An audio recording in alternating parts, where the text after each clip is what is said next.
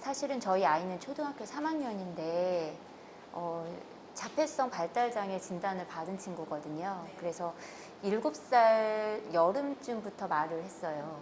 그러니까 그 전에는 저희가 목표로 했던 게 언어, 그다음에 착석. 그러니까 착석을 했던 이유는 초등학교에 가면 어쨌든 앉아 있어야 되는 것과 치료실에서 어떤 수업을 들을 때 치료 효과가 높기 위해서는 아이가 착석이 되어야 무언가를 수용할 수 있으니까 그 두 가지로 이렇게 했었는데 이제 7살 여름에 이제 아이가 말이 트이고 나서는 이제 이 대화가 되는 거죠, 아이가. 그러니까 이제는 때도 없어지고 대화가 되니까 우리도 그 아이에 대한 기대감이 이제 커지는 거예요.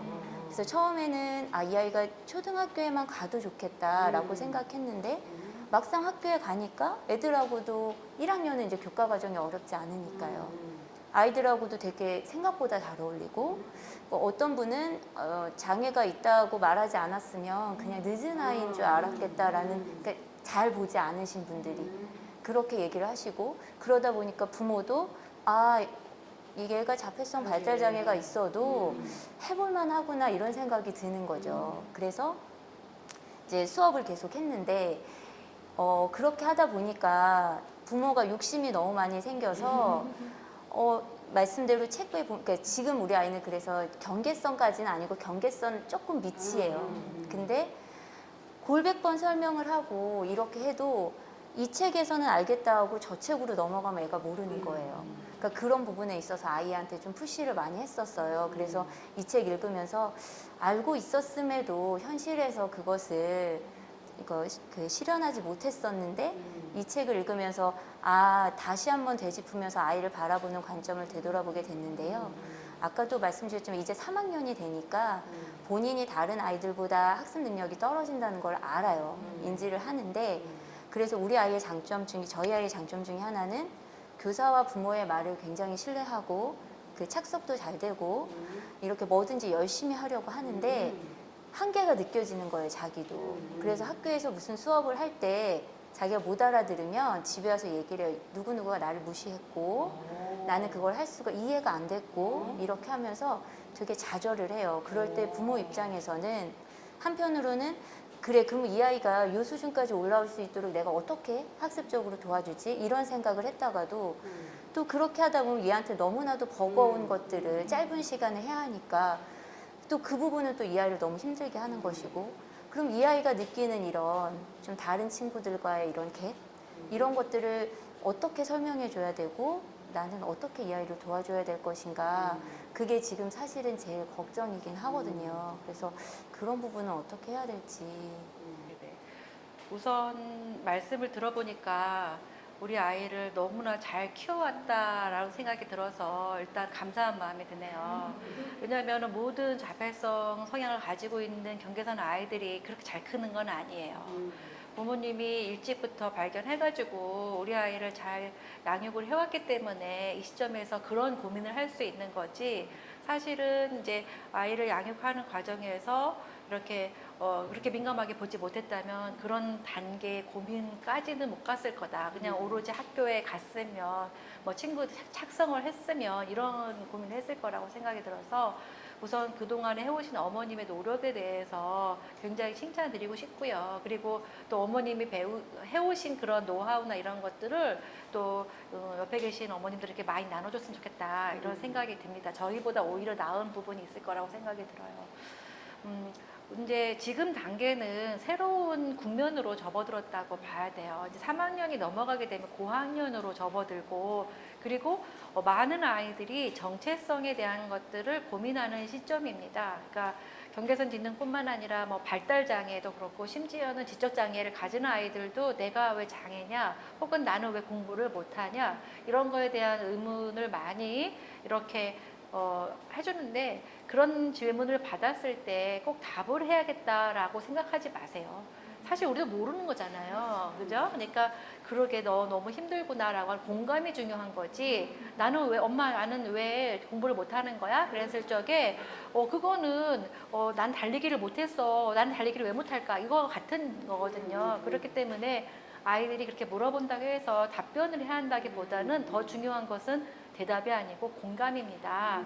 그때 힘들었겠구나. 우리가 그 답을 찾아가는 과정이야. 그리고 지금 노력하고 있으니까 점점점 잘하게 되지 않을까? 그러니까 한번 기대해 보자. 이렇게 희망을 주는 것이 필요하다고 생각이 들고, 어느 시점에 내가 장애야? 혹은 뭐 내가 경계선이야? 라고 할 때가 옵니다. 근데 그 시점이 오더라도 일찍부터 걱정하실 필요는 없고, 어느 시점이 되면은 이야기를 해주셔도 되는 시점이 와요. 한 뭐 고등학생쯤 됐을 때는 너가 일찍이 경계선이라고 하는 진단을 받은 적이 있었고 우리 이렇게 열심히 노력해와서 지금 이런 거다라고 말씀을 해주실 수 있는 시점이 올 거라고 생각이 듭니다. 그때 두려워하지 마시고 직접 얘기를 해주시는 것이 필요할 거라고 생각이 들어요. 왜냐하면 현실을 잘 받아들이는 아이가 앞으로 쭉쭉 나갈 수가 있어요. 그러니까 지금도 자기가 경계선이라고 찾아오는 성인 아이들이 꽤 있어요.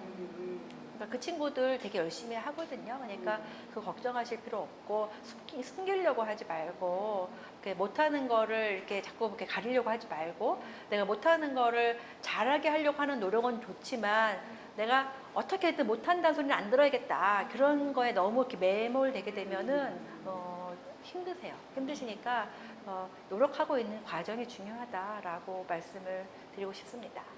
그리고 아까 말씀하신 것 중에서 우리 아이가 이제 배우게 되면 배운 거 그만큼이고 다른 데 응용하는 거가 어렵다는 말씀 잠깐 하셨거든요. 그거는 우리 아이들의 대표적인 특징이에요. 그러니까 그걸 뭐라 하냐면 일반화라고 합니다. 일반화는 내가 배운 것을 이렇게 적용하고 응용하는 것을 일반화라고 하는데 배우기도 버겁거든요. 배운 것을 응용하는 건 되게 어려운 부분이고, 그리고 배운 것이 충분히 내 것으로 소화됐을 때 비로소 일반화가 가능한 거예요. 그런데 급히 또 일반화가 필요할 때가 있잖아요. 급하게 해줘야 하잖아요. 우리는 지금 충분히 가르친 다음에 숙지가 돼가지고 일반화 하기에는 좀 바쁘잖아요. 이럴 때는 가르칠 때 일반화를 염두에 두고 가르치는 겁니다. 그래서 저희들도 가르치고 나서 일상생활에서 적용한다면 이라고 하는 걸 꼭 넣어가지고 치료를 해요. 그러니까 가르칠 때 응용할 것을 염두에 두고 가르치시면 좋겠고, 만약에 두 가지를 소화하기가 어렵다 이럴 때는 우선은 충분히 숙지하는 단계를 좀 거치고 나서 일정 정도 시간이 지나면 일반화를 염두에 두시면 좋을 것 같아요. 일반화를 염두에 두고 가르치라고 하시는 게 네네. 혹시 좀 자세하게 요령을 좀 알고 싶다고 이제 생각하시는 분들이 계실 것 같아요. 예를 들어서 친구들 마음을 이해하는 거를 이제 일반화를 시킨다고 치면 이제 뭐 책을 가지고도 할 수 있고 그림을 가지고도 친구 마음 이해하는 거 연습을 하잖아요. 예를 들어서 이제 그림 카드가 있어요. 이 그림 카드에 있는 주인공은 어떤 마음일까? 그럼 되게 속상했겠어요. 우리 아이들 너무 잘합니다. 그림 카드 갖고 이 아이는 속상해했어요. 뭐 화가 났어요. 이런 표현들 교과서적으로 굉장히 많이 배웠기 때문에 너무 잘해요. 그런데 이것을 일반화를 한다는 것은 그럼 너는 생활 속에서 이렇게 속상한 적 없었어를 꼭 연결시킨다는 거죠. 그리고 만약에 네가 앞으로 속상한 일이 발생하게 되면 내가 어떻게 해볼 거야? 이런 거를 항상 염두에 두는 거죠. 그래서 우리가 일반적으로 하는 건데 그걸 잊지 말아야 된다는 거죠. 그러니까 치료사 선생님들도 그렇고 부모님들도 그렇고 책을 보게 되면 얘가 무슨 마음이야? 속상했었어? 하고 지식적으로 하고 빨리 넘어가거든요. 넘어가지 말고 너 생활 속에서 이렇게 그랬던 적은 없어? 라고 이렇게 물어보는 것을 다시 한번 되물어보라는. 그렇죠. 네. 근데 여기서 우리가 어려운 점은 뭐냐면 우리 느리랑 숫자 아이들은 일상생활에서 너도 이런 경험이 있었어? 라고 질문하면 몰라요예요, 대부분. 생각 안 나는데 이러거든요.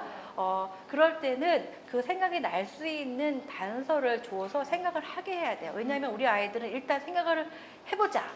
너는 그런 적이 없었냐? 이렇게 되면은 이것은 마치 숙제를 떠하는 아이들처럼 또 나한테 이런 걸 하느냐 이렇게 해서 엄청 힘들어 하거든요. 그래서 질문하지 마세요. 그렇죠. 저한테도 오늘도 오전에 이렇게 하고 상담하고 왔는데 내가 너한테 질문을 할 거야. 그랬더니 질문하지 마세요. 이러더라고요. 그러니까 그런 게 일반적인 경우라서 그런 질문들을 좀 하시는 게 좋고, 만약에 우리 아이가 내가 이렇게 물어봤는데 질문하지 마세요. 몰라요. 라고 했다면 사실은 점검해 봐야 될 건 뭐냐면 우리 부모님들이 그동안에 해왔던 의사소통 방법에 대해서 점검을 해볼 필요가 있어요. 맨날 내가 가르치듯이 물어본 것은 아닌가. 평상시에 일상생활 속에서 재미난 얘기 하면서 주거니 받거니를 별로 안 했었기 때문에 아 엄마가 오늘도 공부를 나한테 시키려나 보다라고 하지 않았는가 그런 생각을 해보시는 게 필요해요. 그래서 만약에 그럴 때 일반화든 공부에 또 심화된 내용을 생각하든 이렇게 하기에 앞서서 꼭 선행 조건으로 해야 될 것은 일반적으로 스몰 토크라고 하는 그러니까 재미있는 이야기들을 평상시에 많이 주거니 받거니를 하시게 되면 학습 상황에서도 이렇게 잘 될 것이다 라고 생각이 듭니다. 네. 뜨끔하신 분들 많으시고 어려운 스몰토크 참 어렵습니다. 생각보다. 발달장애인 가족들과 함께하는 채널 우리 아이 연구소.